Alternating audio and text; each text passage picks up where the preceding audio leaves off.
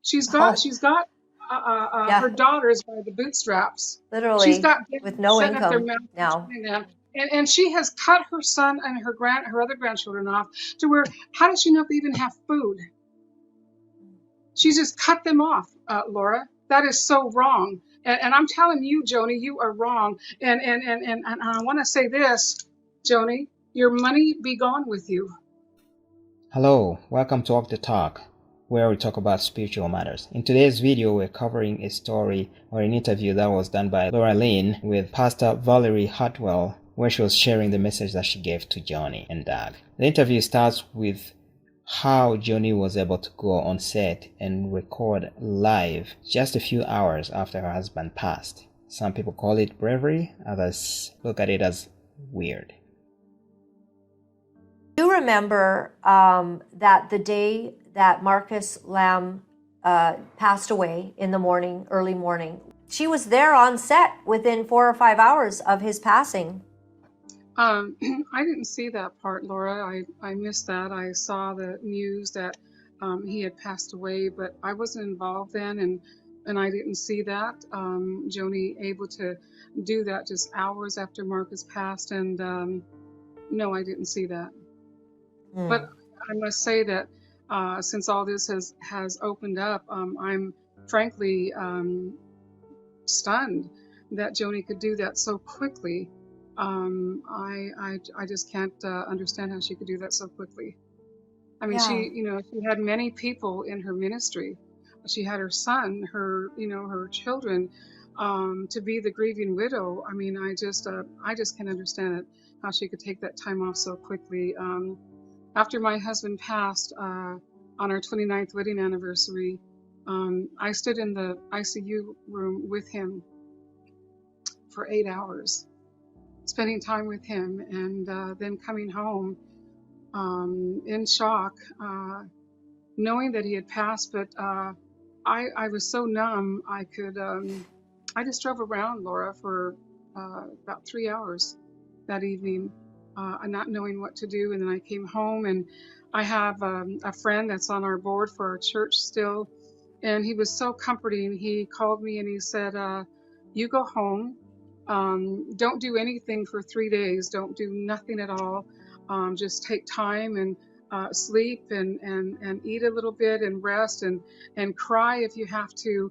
And he said that he and his wife would call me for the next 3 days, which he did. And I'm so thankful that he did that, Laura, because I needed to hear that. So for Joni to go and do that and just stand up, I mean, kudos to her for doing that. But I just can't. I couldn't see doing that It was myself. certainly not the way that you felt. When she asked Joni about the timeline of her engagement, Joni replied that she should not judge her timeline of grief to hers, basically saying that she should mind her own business. And then I heard the news about Joni getting announcing her engagement, and I didn't have time to watch that during that time because I was in the hospital with my husband in ICU, fighting for his life with him day and night. I slept there in the hospital in the room with him on a little cot, and but I heard about her getting engaged, and I didn't have time, but I just thought, wow, that's really quick. But then after my husband passed, then I'm home around June, and I'm watching Ministry Now. I like to watch Ministry Now actually because they have a lot of good guests that are on that are really I like to hear the majority of them. But I started to watch as I'm home in June after my husband passed. I'm here, like I said, nursing my wounds and watching Ministry Now and seeing this new Doug. I went and I watched her wedding, and I watching her wedding, sitting here, it really affected me in a not good way. I couldn't understand watching it, and I even told Joni this in my email to her. I said, it was a beautiful wedding, but for widows, I could not do what she did, and I can say this, that I believe many other widows will attest to the same. I saw her mouth the words to Doug, you know, I love you. And in my heart, I'm saying, you were married for 40 years. I was married only 29. How could you transition that quickly to give your heart, your soul, everything to a new man and tell him I love you? And then I didn't see the whole wedding or their children, but I'm thinking, I wonder what their children are thinking. I wonder what they're thinking watching their mother do this when their father has just recently passed. And when I saw her put her, as they're walking down the aisle, pronounce as husband and wife, and she puts her hand in Doug's, I wept at that point, Laura. I just welled up with tears because I said I could not see myself putting my hand in any other man's hand except my husband. And so I told Joni that in that email to her, and I said, I don't understand how you could do that. And she told me, she emailed back and said, don't judge my timeline of grief to yours. And when I read that and I saw her attitude, I thought, oh no, you know, I only meant to email her one time just to share my heart with her. But after she said a couple of things that were kind of catty to me, I thought, no, I have to write her back, which I did. And I had confronted her about Jimmy Evans. I called her out on Jimmy Evans because I thought, you know, when I saw her introduce, I went back and I watched the reruns after my husband's gone. Yeah, and I saw Jimmy putting Doug's ex-wife in such a bad light that I thought, my God, how could he do that without giving her, Lisa, the chance to redeem herself? The other point they touched is how Joni allowed Jimmy Evans to slander Lisa Weiss. And she allowed Jimmy to slander her, even though Jimmy had never had an interview with this lady. After I confronted Joni about how awful it was that Jimmy Evans just put Doug's ex-wife in such a poor light that I said bordered on slander, that poor woman has no recourse to defend herself. I told Joni that what's worse is that she is the new president of Daystar. It's worse for her because she knew what Jimmy Evans was going to say to slander the ex-wife, and she knowingly allowed it solely just to try to defend and justify her marriage. I mean, there's also a concern where Doug was calling Joni my lover, my lover, my lover every time he came on set. And some people started thinking that maybe they had an affair before, because how can you call somebody your lover, your lover, your lover after ending a marriage which lasted for more than 30 years? That looked very suspicious. You know, I watched this for 8 months after my husband went home. I sat here and I watched this from June when I watched her wedding. I started to watch Ministry Now just to see how Doug and Joni were now hosting Daystar together, and it was ugly to me. I did not like Doug, you know, coming on as the new host, we know, as the new husband, and saying, good morning, my lover. He'd always call her my lover, my wife, my best friend, my this, my that. And I kept thinking, why would he call her his lover? He just married her. It made you think, like, what, were you having an affair before you got married? You know, before Marcus died? I'm just throwing that out there. But I do know from the way that they were conducting Ministry Now Live that they were getting backlash from a lot of people on social media. So he started to rein that in, which was good, but nevertheless it was out there that he called her his lover. And you know, by the time August rolled along, I did watch at one point when Jonathan and Susie were on, and I remember seeing Jonathan say, okay, now Mom, back to you. And the camera went right to Joni, and she just did not look very nice. She looked and she said, you mean Mom and Doug? Do that at all. God bless your ministry. God bless you and wish you the best going forward. Thank you so much. Over back to you, Mom. Okay, back to you, Mom and Doug, because Doug's over here too. All right. I know, right? Yeah. You know, can I just... And I thought, uh-oh, that's not good. But then that's not good, but what was really sad was that we didn't see Jonathan and Susie anymore after that at all. And then going forward, I started to, it grieved me because she would introduce her son-in-laws and her daughters and their children, but she never said one word about her birth son, her blood birth son. Never would say one word about him and his wife and their kids. And I thought, my Father, this is not good. And then Doug had the guts to tell Joanie that God had dreamt that she would be president of Daystar. Almost sounds like Doug wanted Joanie to be the president of Daystar, and he's projecting that to God. And so again, I watched for about 8 months, and then on November, Thanksgiving Eve, they were on, good morning, how are you? And then Joni said something about, I never dreamed that I would be president of Daystar. And then Doug pointed his finger right at her emphatically, like 3 times, saying, God dreamed Joni Lamb would be president of Daystar. God dreamed Joni Lamb would be president. And that's, Laura, when I had enough. I had enough, and I wrote her on Thanksgiving Eve. I didn't write her because I don't have her email address. And by the way, I need to clear up for some people that when you read my open letter, a while back, people were commenting that I personally knew Joni and that I had inside information about all this that's just blown up. I don't know Joni. I've never met her. Well, except on TV, but I had no inside information about what was going on with the horrible meetings with her son, browbeating him. I had none of that information. I didn't even know that there was sexual abuse that had gone, SA that had gone on with the granddaughter.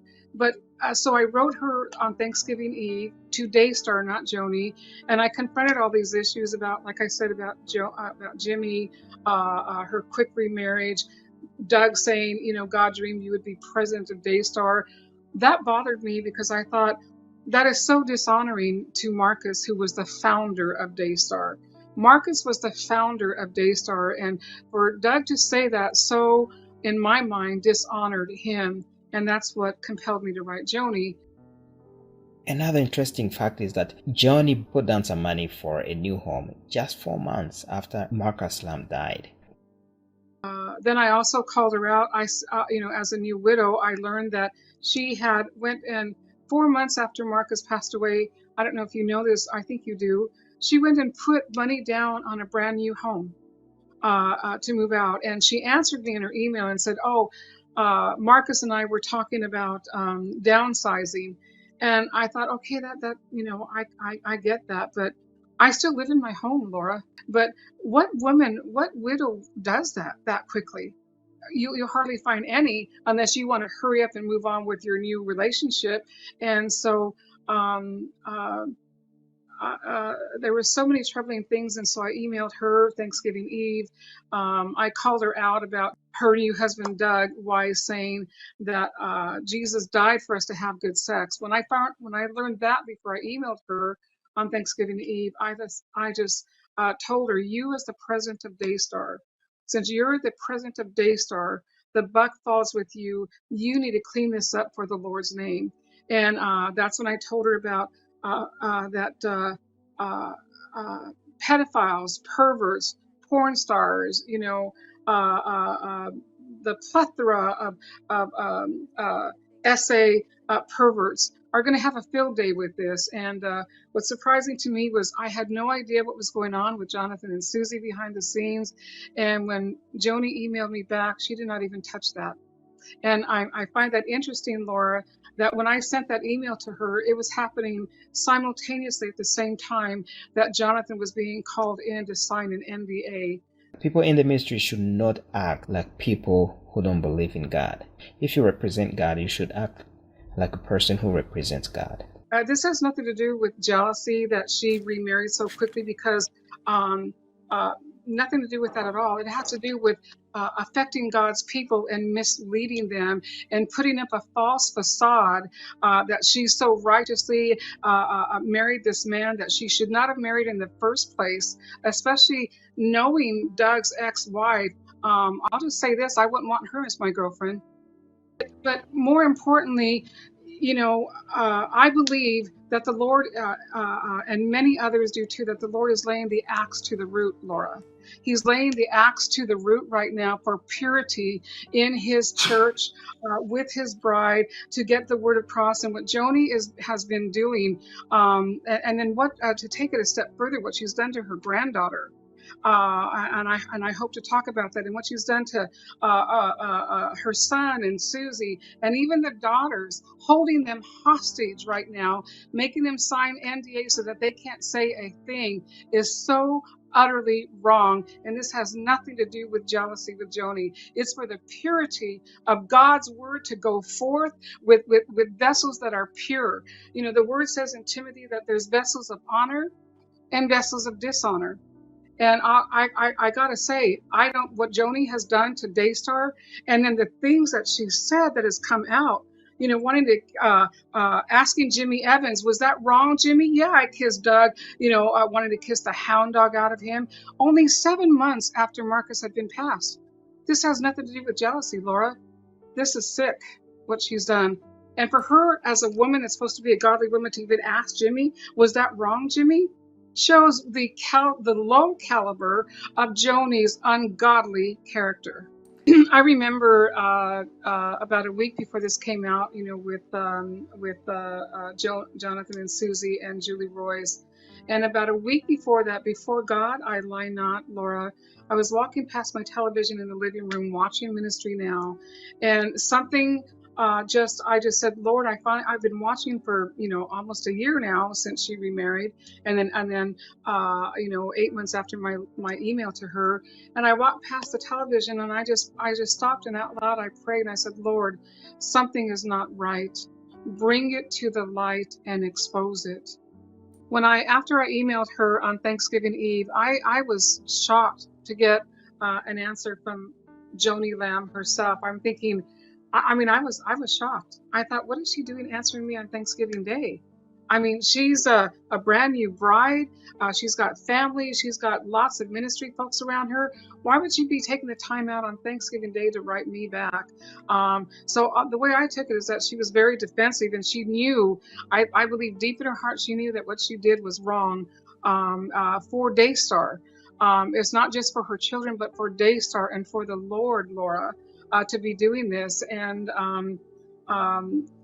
Jonathan, her son, was right in one of those audios where he was so right. He said it's classic textbook, and I guess Doug missed that class as a psychologist, right? But it's classic textbook that be it and I told Joni this in my email, that be it a divorce or a death, you never make big decisions for at least a year. You never do that. So Jonathan was right when he tried to tell his mother that, and Doug was right there in that meeting, and he said nothing about that, and he knows that. To be encroaching on a woman that's a widow. People say that Joni, that it was a spirit. She's being, it's a spirit that's attacking her. No. I don't believe that it was a spirit, Laura. I believe it's Joni's spirit, her flesh, that wanted this. And even psychologists, secular and counselors say do not make any big decisions for at least a year. And for Joni to go, and Doug more specifically, to be a PhD psychologist, to go and just slap his wife with the divorce papers a month and a half after Marcus dies is telling. What can Joni do now? First of all, Joni cares about herself.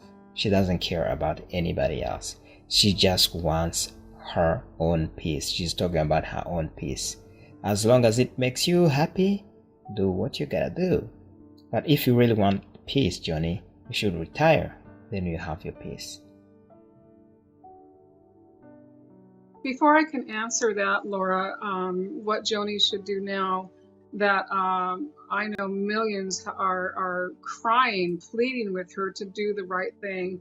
I think some things need to be brought out that shows her character that is so wicked. I want to say ungodly, but I'm frankly, it's wicked. To hear Doug yelling at Jonathan, and I think Susie was there, how he was abandoned, he was unloved, he was untouched. My God, that was so selfish of Doug. So selfish that he was unloved. Maybe he was not loving his wife. Maybe he was not, maybe he was, putting her aside, and she has some things to say. Married couples, when you go to counseling, we've heard a counselor say this, that sometimes if the husband is the initiator and the wife is the responder. And when I heard this about Doug divorcing his wife for ungrounded reasons, by the way, Jimmy Evans, because he was unloved and untouched, I would like someone to ask Dr. Doug, like Joni likes to call him, ask him how was he treating his wife, that she backed away from him, that she was responding the way that she did with him. If she did, and then, yeah. And again, selfishness on Doug's part, because he just cared about himself. Does not the Lord tell us that we're supposed to die to ourselves? Except a corn of wheat fall into the ground and die, it abides alone. Everything that Doug said was pure, self-centered selfishness on his part. He didn't give a rip about Marcus's children, right? He cared about his own needs. And then Joni, to hear Joni say in those audio recordings, I mean, it's so sickening. It actually made me weep. For her to say these things, it shows her the real Joni. When she told her son, I don't care about your peace, I care about mine. Do you remember her saying that? And you know what I thought, Laura? I thought, she cares more about her peace, and she would have married Doug. She even said it. She would have married Doug right away in October. But see, Joni was smart. She wanted to marry Doug in October when Marcus wasn't even gone for a whole year, but she couldn't because she knew that would really look bad on her then if she would marry that quickly. Because don't forget, for people who are praising Joni, like she just had Rebecca and JW on a few days ago, reading the comment letters praising her, they need to remember that Joni said she would have married him back in October. Married Doug back in October when Marcus wasn't even passed away, and she even right in October she put $32,000 down on a honeymoon, and for her to say that I care more about my peace than yours, and then to listen to the prophetic words from her prophetic friends that I call pathetic. I'm just going to say it. For whoever that woman was that told her don't listen to your children at all, she is wrong. She is so wrong, because does not God's word say in Proverbs, I think 13, it is 22, it says, parents leave an inheritance, a man, a good man, a godly man, and that means a man or a woman or parents leaves an inheritance to their children, and the wealth of the wicked is laid up for the righteous. You know that scripture, right? Right? Well, what has Joni left Jonathan and Susie and her children? She's got her daughters by the bootstraps. Literally, she's got with no income now. And she has cut her son and her other grandchildren off to where, how does she know if they even have food?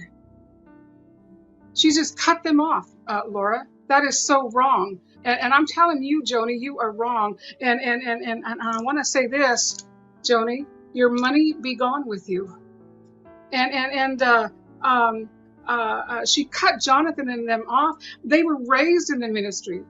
They don't have any other jobs, any other experience working in jobs. And for her to just cut them off, for her to say that I care more about my peace than yours, what if Jesus said that? What if Jesus on the cross, who did not die for us to have good sex, and the Lord rebuked Doug for saying that about the Lord's name, but what if Jesus said that, I don't have peace about going on that cross. I'm living for my peace more than yours. And then what if Jesus said, I don't do crosses. You asked me, what should Joni do now? It's too late now. And I told her in my email, I said, you've made your bed now, sister, you're sleeping in it. She's already made her bed. But Jesus, our Lord, would not have done that to say, I care more about my peace. He cared about her peace, and her as a mother and as a grandmother. My God, for her to, like my mother said, and you read in that letter, my mother was a heroin addict. a former heroin addict, and a prostitute. I was raised in that. I kind of when you're raised in it, you follow it. But my mother always told me this one thing, and bless her heart, is she said, "Men come a dime a dozen, but you can never replace your kids." And how Joni can do this to her children is heartbreaking. And then take it a step further to her granddaughter. How she could shut the mouth of that granddaughter and call her in and tell her only Joni, the Lord and that little girl, and the Lord and that little girl knows what Joni said. And you know, in Washington State, Laura, that is a crime. That's a gross misdemeanor. Whatever Joni did to that little girl to shut her mouth up, there's no telling what she told the granddaughter. You know, your parents are going to get hurt if you say anything. It's going to go bad for you, and it's going to be all your fault. That would shut any child up to protect their parents. So what did Joni tell that little girl is so wrong. I'm saying this for Joni. How dare she do this to her son and her granddaughter, that she cares more about herself and her own peace than she does her granddaughter's peace, Laura. And by the way, getting back to that CSA of her granddaughter in Washington State, did you know that it's a gross misdemeanor to intentionally hide, delay, or obstruct the performance of a police officer? Did you know that? No, I didn't. But that makes sense. That it's a gross misdemeanor. Why isn't Texas doing that? Why isn't Texas calling Joni in? Because she has deliberately hidden, delayed, and obstructed by talking to her granddaughter whatever she told her that God knows. Joni thinks that she can cover this up and not say nothing about it. God knows. He sees everything. And she's obstructed that little girl from speaking, probably put the fear, some sort of fear in that little girl to shut up.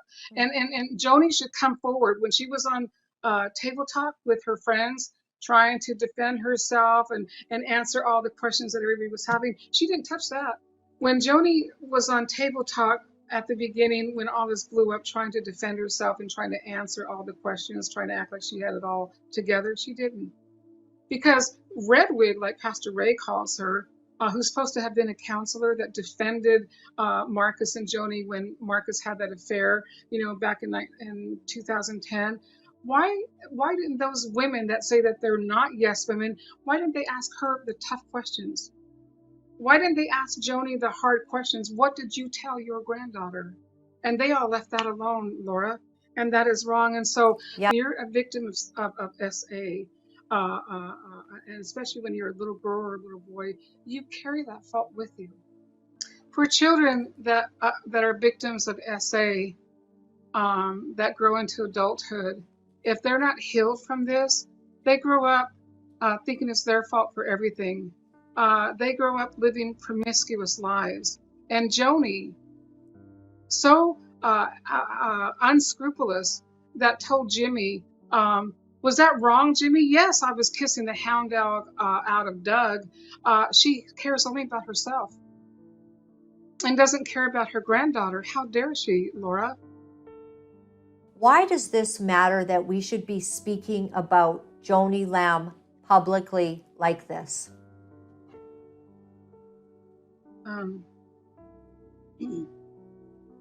Well, the first thing that comes to my mind is she is so unrepentant, so hard-hearted and stubborn and deceptive.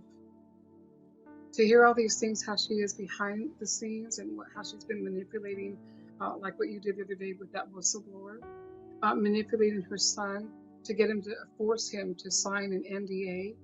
Her daughters, it's so egregious to the Lord and to his move, that he's going to be moving in these last days, and he's going to have a pure church, a pure bride, Laura. And what Daystar is doing is not pure, is deceiving the people. And Joni, I don't even think she's aware of it anymore, because she's been in it for so long. I don't even think she is aware of what she's doing. And A while back, before all this news broke, I hope maybe one of you can find the Ministry Now show. Joni and Doug had a guest that was on a Ministry Now, and this is a few months last summer before this news broke out, where she actually had, I think it was her CFO. It was somebody on her board. Was it Andrew? Yeah, I mean Arnold Torres. Yeah, and do you know what she had them do? She had him on as a guest, her and Doug, talking to people about what to do if you're a widow and you have no children and you're going to pass away. Who do you leave your will with? Did you know that? No. And this CFO, I think it was a CFO, he was telling people and encouraging them how to sign their wills over and their inheritance to give it to Daystar. Did you know that? I have heard that. Yes, it's quite. So let me ask you quite so something. let me ask you this. Yeah. How dare Joni go and do that to get vulnerable widows that have no children and donate it to Daystar when she's ripping off her son and Susie and them of their livelihood? And she can sit there, you know, and eat with a golden spoon. How dare she do that? You asked me what should Joni do going forward, and I remember hearing one of the audios where Doug was talking before him and he and Joni got together that he was going to divorce Lisa and go retire and move into the mountains of Colorado. I think that Joni should get before the Lord and do what Doug was going to do and retire. Move to the mountains of Colorado. Take some time off for the healing of Daystar, for the healing of her children, for the healing of all of us, for God's church, for His church, Laura. Do you understand what I'm saying? For His move in these last days that we're living in. She needs to step back and retire, hand it over to the rightful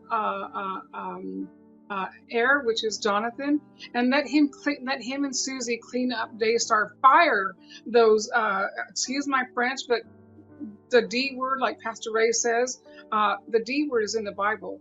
Fire those ugly, weak board of directors men. Fire them, that Jonathan and Susie can go and clean it up, and let Daystar be healed. These are God's people, Laura, all over the world. They're not Joni's people. They're not Joni's people. It's God's church. It's His people. And she needs to quit deceiving the people and stealing their money. And if she wants to save face, now is the time to do it, because the more she continues on, it's just going to get worse, Laura. Well, friends, that's what I have for today. I will end with these few verses from 1 Corinthians chapter 13, verses 4 through 7. The NIV says, "Love is patient. Love is kind. It does not envy. It does not boast. It is not proud. It does not dishonor others. It is not self-seeking. It is not easily angered. It keeps no record of wrongs. Love does not delight in evil, but rejoices in the truth. It always protects, always trusts, always hopes, always perseveres." Thank you for watching. Consider subscribing, liking this video, and sharing the video so that the channel can grow. See you in the next video. God bless.